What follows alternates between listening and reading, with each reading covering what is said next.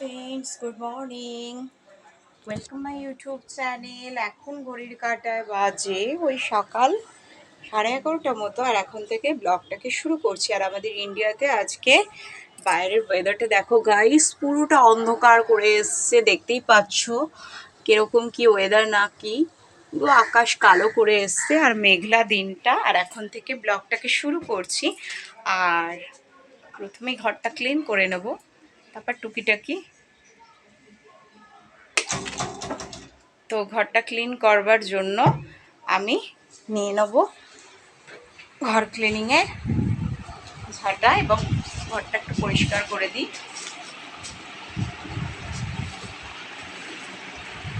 বিছানাটা ক্লিন করে দিয়েছি, দেখো।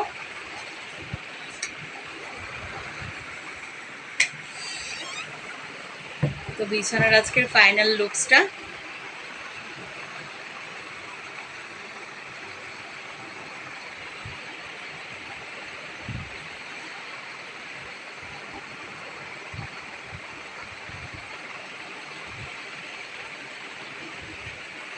চাদরটাকে টান টান করে পেতেছি, দেখতেই পেয়েছো তোমরা গাইস।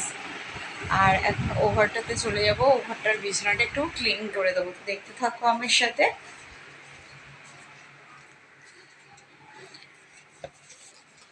দুটো ঘরেই চাদরটা আর চেঞ্জ করছি না, কারণ কালকেরই এই চাদরগুলোকে কেচে ধুয়ে পেতেছি। আর প্রচণ্ড বর্ষার জন্য বৃষ্টি হচ্ছে, সে কারণে কোনো কিছু ধুতেও পাচ্ছি না। হ্যাঁ, কিচ্ছু যেন শুকোতে চাইছে না গো। সকাল থেকে বৃষ্টি, একবার হচ্ছে একবার বন্ধ হচ্ছে। যা কিছু রোদ্দুরে দিতে যাচ্ছি সবটা আবার বৃষ্টি এসে দিচ্ছে ভিজিয়ে। তো এই বৃষ্টির আর রোদের হাতছানিতে আমার জীবন হয়েছে হয়রানিতে ভরে গেছে গো গাইস। কোনো কিছুই কাঁচা ধোয়া করতে পারছি না সেভাবে, আর কোনো কিছু শুকোচ্ছেও না। এত বৃষ্টি যে বলবার বাইরে। এখন ঘরটা একটু ক্লিন করে নেবো। তো দেখো, ড্রেসিং টেবিলের কাজটাকে একটু পরিষ্কার করে নিচ্ছি।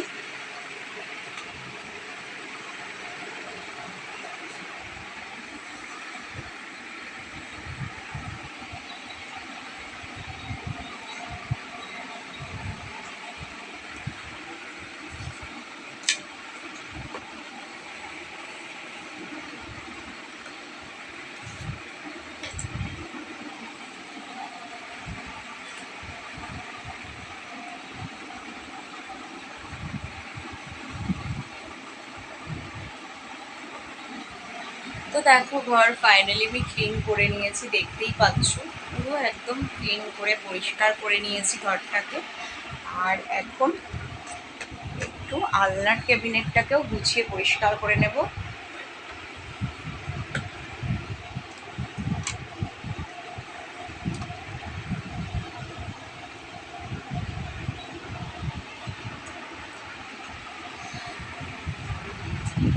তো ফাইনালি রুমটা দেখো ক্লিন হয়ে গেছে। আর ড্রেসিং টেবিল, আলনা সবটা ক্লিন করে এখন ও ঘরে একটুখানি চলে যাব ও ঘরটা ক্লিন করবার জন্য। তো দেখো, এই ঘরে কিন্তু আমি খাটের চাদরটা কিন্তু কালকেরেই চেঞ্জ করেছি, তাই আজকে আর চেঞ্জ করলাম না। আজকে শুধু ঘরটা একটুখানি ভালো করে ঝেড়ে ঝুড়ে পরিষ্কার করে দেবো।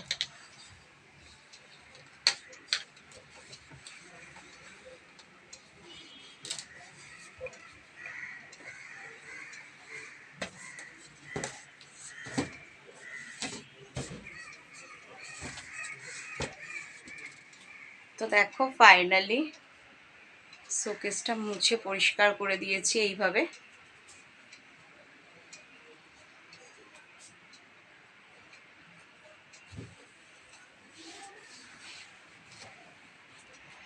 হ্যাঁ, সবটা একটুখানি গুছিয়ে গাছিয়ে পরিষ্কার করে নিয়েছি। এখন চলে যাবো একটু ফ্রিজে কাছে, ফ্রিজটা একটু পরিষ্কার করবো।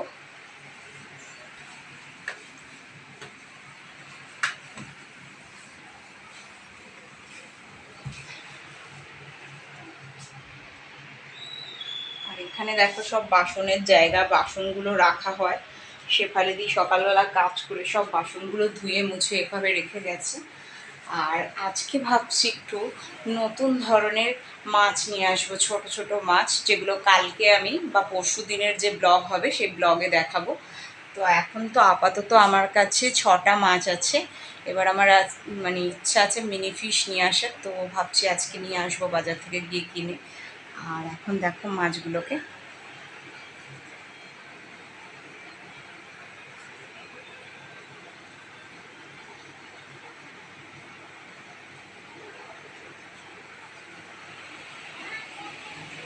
তো দেখতেই পাচ্ছ, কিচেনটা এখন একটু গোছানো দরকার। সেটা হচ্ছে কিচেনের এই জায়গাটা ভালো করে দেখো, টি টেবিলটা গুছিয়ে পরিষ্কার করে নিয়েছি।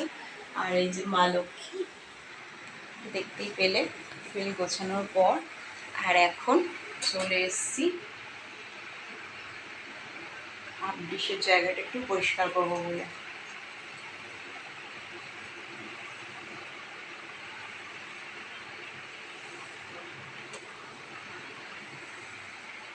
আজকে শরীরটা ভালো নেই ঠিক, তো ঠাকুরের কাছে ঠাকুরটা আজকে আর পরিষ্কার করে দেখালাম না। তো যাই হোক, খুব জ্বর মতো, তাই নিয়েই ব্লগ করছি। মুখ চোখ দেখতে পাচ্ছ ফুলে গেছে। তো যাকে এখন একটু আজকে রান্না করব হচ্ছে আর মাছের ঝোল, আর সাদা ভাত রান্না হয়েছে, ডাল হয়েছে, বিশেষ কিছু একটা রান্না করব না। কালকে চিকেনের একটা পাতলা ঝোল রেসিপি করা রয়েছে, ফ্রিজ থেকে বার করে ওটা গরম করে রেখেছি। আর আজকে হবে হচ্ছে আর মাছের ঝোল। তো আর মাছের ঝোল করবার জন্য দেখো আমি এখানে 3 পিস আর মাছ নিয়ে নিয়েছি। আর এখন আমি গরম তেলটা গরম করে দিয়ে দেবো আর মাছগুলো গরম তেলের ওপর একটা একটা করে। দেখতে থাকো, অলরেডি একটা মাছ আমি দিয়ে দিয়েছি। আর এখন দিয়ে দেবো আরও 2খানা মাছ। তো মাছটা হতে থাক, আর এদিকে আমি একটা গুঁড়ো মশলার পেস্ট বানিয়ে নেব, কারণ আজকে আর মিক্সিতে কোনো পেস্ট বানাবো না। তো গুঁড়ো মশলা আমি কি কি দেবো সেটা দেখাই একটু। দেখো আমি বাটি নিয়ে নিয়েছি একটা,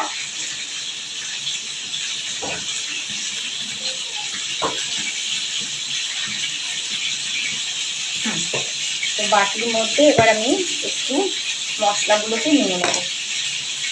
দেখো মশলা হচ্ছে আমি দেব 1 চা চামচ হলুদ গুঁড়ো নিয়ে নিলাম। আচ্ছা, দেব হচ্ছে 1 চা চামচ কাশ্মীরি লাল মির্চ, আর দেব হচ্ছে 1 চা চামচ জিরা পাউডার,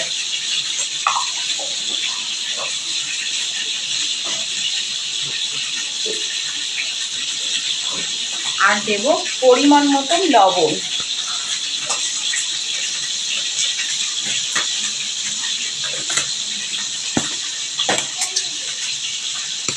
আর এখন এটার একটা পেস্ট বানিয়ে নেব জল দিয়ে।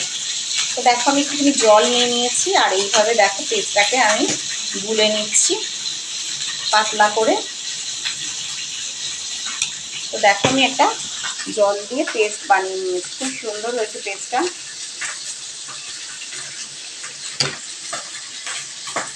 তো মশলার একটা পেস্ট আমি বানিয়ে নিয়েছি। এবার মাছগুলোকে দেখো আমি এপাট ওপর উল্টে দেবো ভালো মতো। মাছগুলোকে আমি উল্টে দেবো।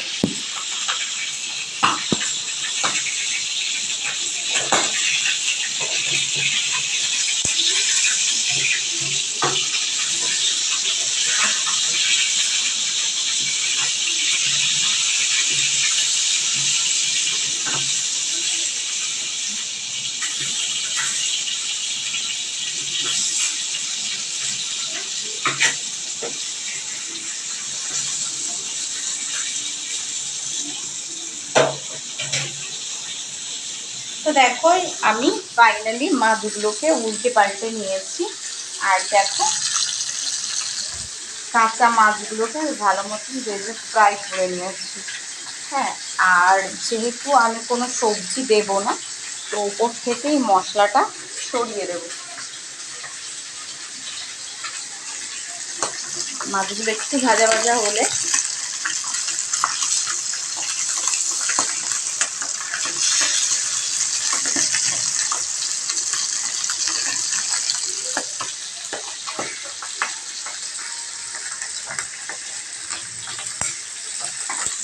এবার দেখো আমি মাছটা ওপর থেকে যে মশলাটা আমি করেছি সেই মশলাটাকে আমি ছড়িয়ে দিলাম। আর এখন আমি আরও একটুখানি জল দিয়ে দেব।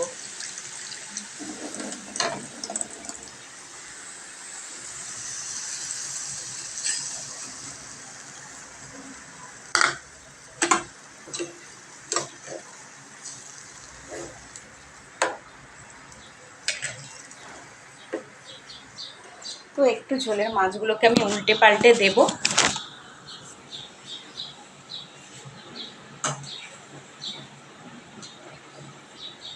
আর নুনটা একটু ঠিক আছে কিনা আমি চেখে দেখছি। নুনটা ঠিকই আছে।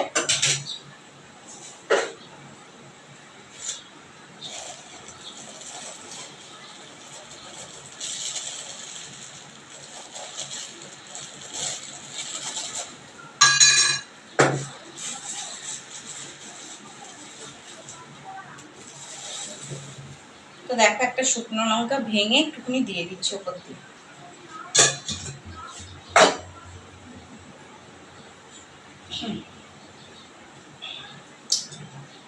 গার্নিশিং এর জন্য দেব হচ্ছে 4টে কাঁচা লঙ্কা ওপর থেকে ছড়িয়ে দেব। তো দেখো 4টে কাঁচা লঙ্কা আমি নিয়ে নিয়েছি। এগুলোকে একটু জল ধোয়া করে ওপর থেকে কেটে কেটে দিয়ে দেবো ছড়িয়ে। লঙ্কাটা আমি ভালো মতন ধুয়ে নিই। তো দেখো হাতে নিয়ে নিয়েছি এই যে লঙ্কা, আর এখন দেখো এই যে ঝোলের মধ্যে দিয়ে দিচ্ছি। খুব সুন্দর খেতে হয় যদি এইভাবে আর মাছের ঝোলটা তোমরা বানাও। খুব চটজলদি হয়ে যায় আর গরম ভাতে একদম জাস্ট জমে যাবে। হালকা তেলে মাছটাকে নুন হলুদ মেখে ম্যারিনেট করে রাখবে 10 মিনিট, তারপর হালকা তেলে ফ্রাই করে নেবে। তারপর একটা বাটির মধ্যে 1 চামচ জিরা গুঁড়ো, 1 চামচ লঙ্কা গুঁড়ো, 1 চামচ হলুদ গুঁড়ো দিয়ে একটা পেস্ট বানিয়ে নেবে জল দিয়ে। তারপর তেলের মধ্যে একটা শুকনো লঙ্কা সম্বার দিয়ে ওই পেস্টটা ঢেলে দেবে। তারপর মাছগুলো দেওয়া হয়ে গেলে একটু ফুটে আসলে ওপর থেকে কটা কাঁচা লঙ্কা ছড়িয়ে দেবে, পারলে কালো জিরে 4-5টা ছড়িয়ে দেবে। ভীষণ ভালো হয়, ভীষণ তেল মশলা মানে হেলদি একটা খাবার। আর সবথেকে বড় কথা চটজলদি হয়ে যায়, কোনো ঝামেলা নেই, বাটাবাটি কোনো সমস্যা নেই যদি থাকে বাড়িতে গুঁড়ো মশলা। আর এইভাবে যদি বানাও না শরীরের পক্ষেও খুব ভালো। গরমের দিনে তো ভীষণ ভালো লাগে, গরম ভাতের সঙ্গে জাস্ট জমে যাবে এরকম একটা যদি রেসিপি হয়। তো আজকের রেসিপিটা তোমাদের কেমন লাগলো প্লিজ প্লিজ কমেন্টে জানাও। খুব চটজলদি কিন্তু বানালাম। দেখো অলরেডি আমার মাছটা ফ্রাই হয়ে গিয়ে মাছের ঝোলটা ফুটে এসছে। আর আমি কিন্তু ব্লগে এক একটা মাছের রেসিপি এক একভাবে দেখাই, আর সবটাই কিন্তু ঝোলের রেসিপি।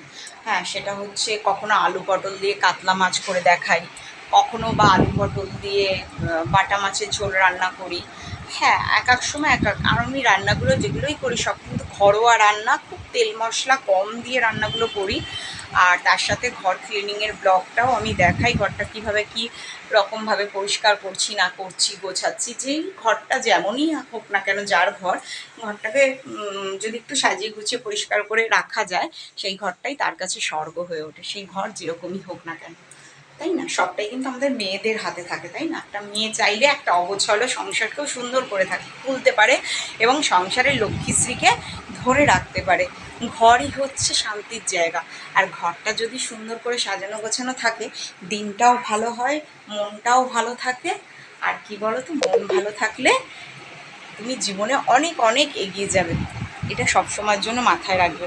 আর তোমরা যারাই আমার ভিউয়ার্স আছো, তোমরা মিষ্টি মিষ্টি কমেন্ট করছো, দিদিভাই তোমার ব্লগ দেখতে ভীষণ ভীষণ ভালোবাসি, তোমার ব্লগ দেখবার জন্য বসে থাকি, তুমি কখন ইউটিউবে ভিডিও আপলোড করবে।